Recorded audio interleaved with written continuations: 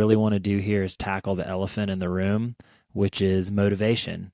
You can find, you can find plenty of stuff online about how to work out. Is working out great for you? Obviously, it is. But one thing that people aren't talking about is motivation. What is your why? What is your intention? What are your pillars when you're not feeling into it, when you're not feeling ready to go to the gym?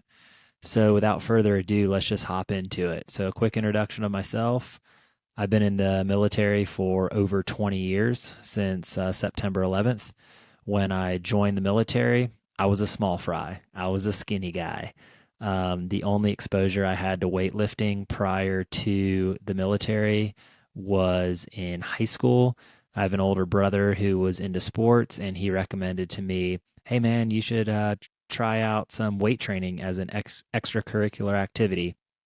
So I did. And like most people, and this is why I can empathize with people that have a hard time working out or even getting in the gym, I was embarrassed straight up. I was a skinny kid. I was a skater, surfer, band nerd, and I'd never worked out before. I didn't know how to work out. I didn't know what the machines were for. I walked in and there was a whole bunch of, I don't want to say jocks, like playing sports is a bad thing because I like to play sports, but there was a whole bunch of bigger dudes in there, and I just felt uh, ill equipped to understand what I was doing. So I just kind of fooled around during the weightlifting class, mostly did body weight stuff, push ups, pull ups, sit ups, and I never really hit the weight room hard. A couple years later, after graduating high school, I did a little bit of college and then decided to join the military. And I went to boot camp. And at boot camp, I had an astounding realization that it was my previous lifestyle choices that were keeping me from being extremely fit or as in shape as I wanted to be. And I realized that because when you're in boot camp, they feed you the food they're going to feed you. You're working out all the time and you're getting an appropriate amount of sleep. You're not getting a lot, maybe 5 or 6 hours. Six is probably stretching it. But I came out of boot camp ripped. And yeah, my body weight was already low. So it was easier than some of the people that came in heavier. But let me tell you this, everybody lost weight and everybody got in shape. So to me, that's always been the proof in the pudding that you can take anybody with any of their excuses and throw them in a scenario where they don't have any personal choices anymore and they're going to succeed at some level. So that's lesson number 1 is it's your personal choices and your freedom that you hold so dear that is probably holding you back, because if you were forced to work out all the time and forced to eat healthy, your body would change 100% without a doubt. So after boot camp, I went to my initial schooling to learn my job. And then September 11th happened, and I was immediately sent to an aircraft carrier overseas. And when I got on the carrier, this isn't a military podcast, so I'm not really going to talk about my experiences in the military right now. But the one of the interactions that I'll remember for the rest of my life, and I think about it all the time when I'm talking about the fitness space, is a older, bigger guy that outranked me by a lot approached me within the first couple days.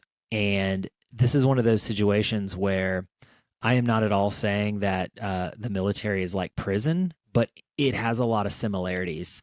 It's like the good old days, where they talk about the story about somebody standing in front of the judge and the judge saying, it's either the cell, the jail cell, or the military. What do you choose?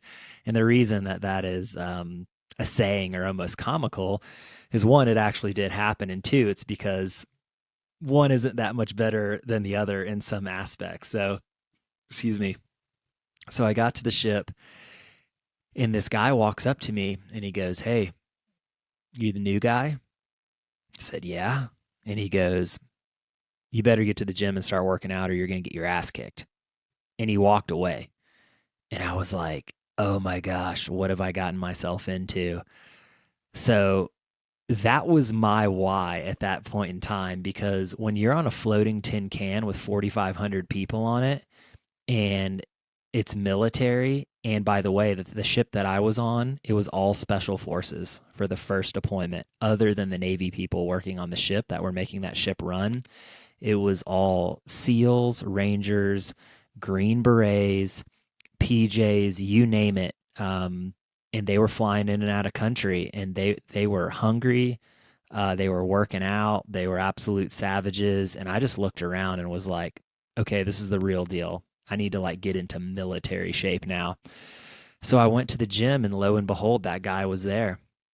And he did something that not a lot of people do these days, which is he walked the walk and talked the talk. When you go into a military gym, it is prison rules. The big guys get the good equipment, the squat racks, the benches, they're deadlifting. And if you're a small fry like I was, you're not getting access to any of that stuff until you beef up a little. But he came over to me, and since we worked together, he took me under his wing, which is one of the awesome things about the military is he didn't know me from Adam.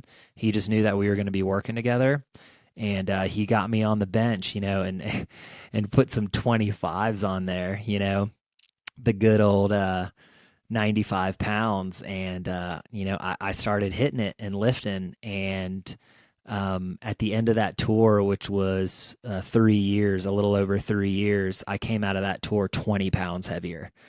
20 pounds heavier and not fat at all. I was 19, 20, 21. I was 22 years old, and I probably at that point weighed like 165 pounds, and my body fat was probably 10%. I mean, I was jacked, probably because I went on 3 deployments, so that's all we did is work out. And then I became that guy when new people came on board, and I was like, I didn't give them that treatment like, hey man, you need to get in the gym. But I threw it out there like, hey, you should consider working out because there's not a whole lot to do around here except work and work out and write letters back home to your family.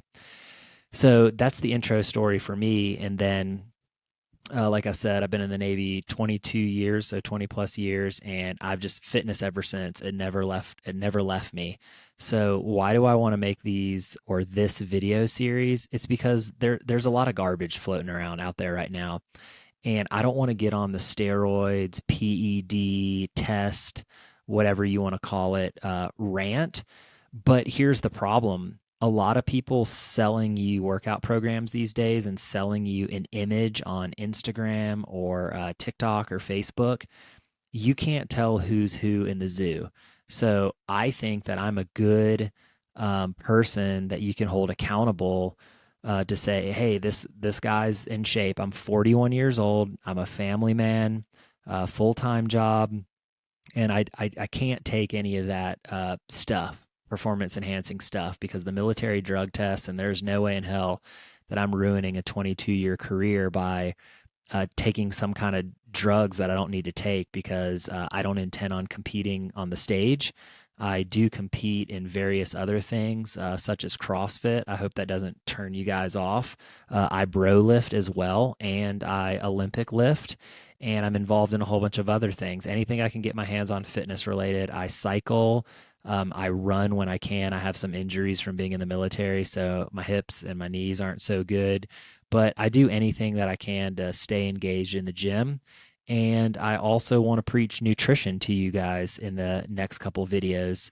Nutrition, that saying of abs are made in the kitchen. 80% diet, 20% gym. It's totally true. And I'm here to just give you those facts and expose other people's BS.